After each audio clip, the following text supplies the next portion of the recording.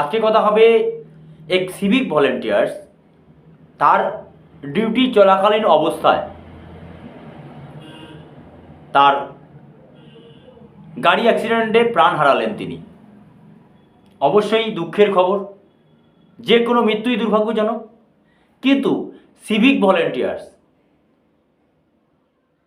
কাকদ্বীপ থেকে কোচবিহার গোটা পশ্চিমবঙ্গের যে মূল যে স্তম্ভ সিভিক ভলেন্টিয়ার্সরা বলা চলে এক কথায় ল অ্যান্ড অর্ডারের ক্ষেত্রে, কিন্তু কোচবিহার থেকে কাকদ্বীপ অনেক সিভিক ভলেন্টিয়ার্সরা কিন্তু এভাবে প্রাণ হারাচ্ছেন। কিন্তু সেই বিনিময়ে তার ফ্যামিলি কি পাচ্ছে? তার ফ্যামিলি কি কিছু পায়? বা সে নিজে যে পরিমাণে তার জীবনকে বাজি রেখে কাজ করছে, সেই ক্ষেত্রে তার ফ্যামিলিকে যে দেওয়া হচ্ছে তার গুরুত্বই বা কতখানি রয়েছে? তার কারণ অনেক জায়গায় অন ডিউটি চলাকালীন অবস্থায় সিভিক ভলেন্টিয়ার্সরা এভাবে কিন্তু প্রাণ হারাচ্ছেন, কিন্তু তাদের সেরকম কোনো কিছু দেওয়া হচ্ছে না।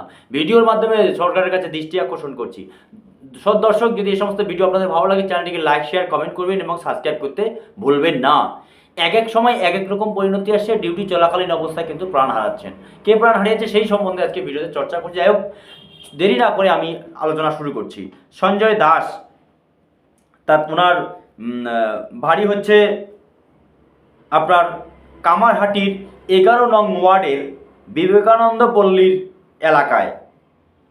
তিনি দীর্ঘদিন ধরে সিভিক ভলেন্টিয়ার্সে কাজ করছিলেন সেই সঞ্জয় দাস। যদিও পরবর্তী সময়ে সঞ্জয় দাস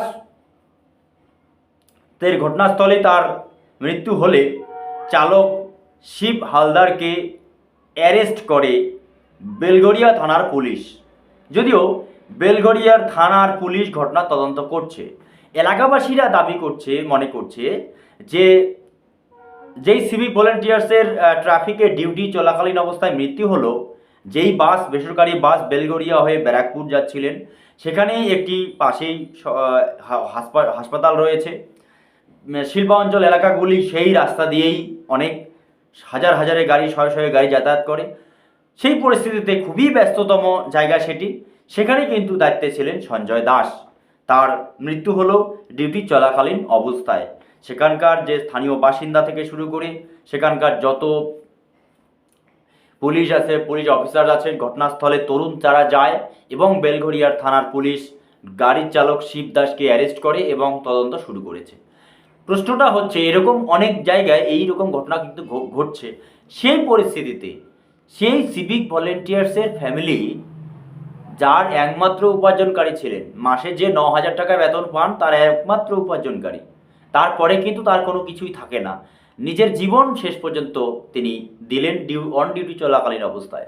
আমি ভিডিওর মাধ্যমে দৃষ্টি আকর্ষণ করছি রাজ্য সরকারের কাছে, যে কোনো সিভিক ভলেন্টিয়ার যদি এরকম ডিউটি চলাকালীন অবস্থায় তিনি প্রাণ হারান, সে দুর্ঘটনায় কবলে হোক, এক কথায় অন ডিউটি অবস্থায়, তাহলে অবশ্যই তার পরিবারকে ন্যূনতম একটি স্থায়ী পদে চাকরি দেওয়া হোক এবং যেই সিভিক ভলেন্টিয়ার্স মারা গেলেন তার জন্য 20 লক্ষ টাকা এককালীন অনুদান দেওয়া হোক।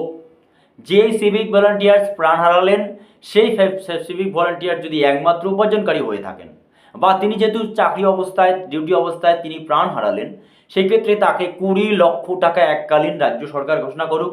এবং হ্যাঁ, সেই সঞ্জয় দাসের যদি পরিবার সুশিক্ষিত হয়ে থাকে, উপযুক্ত শিক্ষিত হয়ে থাকে, তার শিক্ষাগত যোগ্যতা তার ফ্যামিলির আরও ভালো থাকে, তাহলে অবশ্যই তার ফ্যামিলিকে একজনকে স্থায়ী পদে চাকরি দেওয়া হোক। কারণ এরকম অনেক জায়গায় ঘটনা ঘটে, কিন্তু তারা কেউই সঠিক মতন মর্যাদা পায় না। ওই দিনের শেষে যে সিভিক ভলেন্টিয়ার ডিউটি চলাকালীন অবস্থায় মারা যাচ্ছে, তার পরিবারকে দেওয়া যাচ্ছে আবার সিভিকেরই চাকরি। আমি অনুরোধ করছি রাজ্য সরকারের কাছে যে ইমিডিয়েট যাতে নতুন একটি সিদ্ধান্ত রাজ্য সরকার নেয়, যে এরকম ঘটনা যদি ঘটে তাহলে মিনিমাম সেই সিভিক ভলেন্টিয়ার্সকে ফ্যামিলিকে শিক্ষাগত যোগ্যতা অনুসারে স্থায়ী পদে চাকরি এবং এককালীন 20 লক্ষ টাকা দেওয়া হোক। যদি এই সমস্ত ভিডিও আপনাদের ভালো লাগে দর্শক, তাহলে চ্যানেলটিকে লাইক, শেয়ার, কমেন্ট এবং সাবস্ক্রাইব করতে ভুলবেন না। আজ এ পর্যন্তই। সবাই ভালো থাকুন, সুস্থ থাকুন।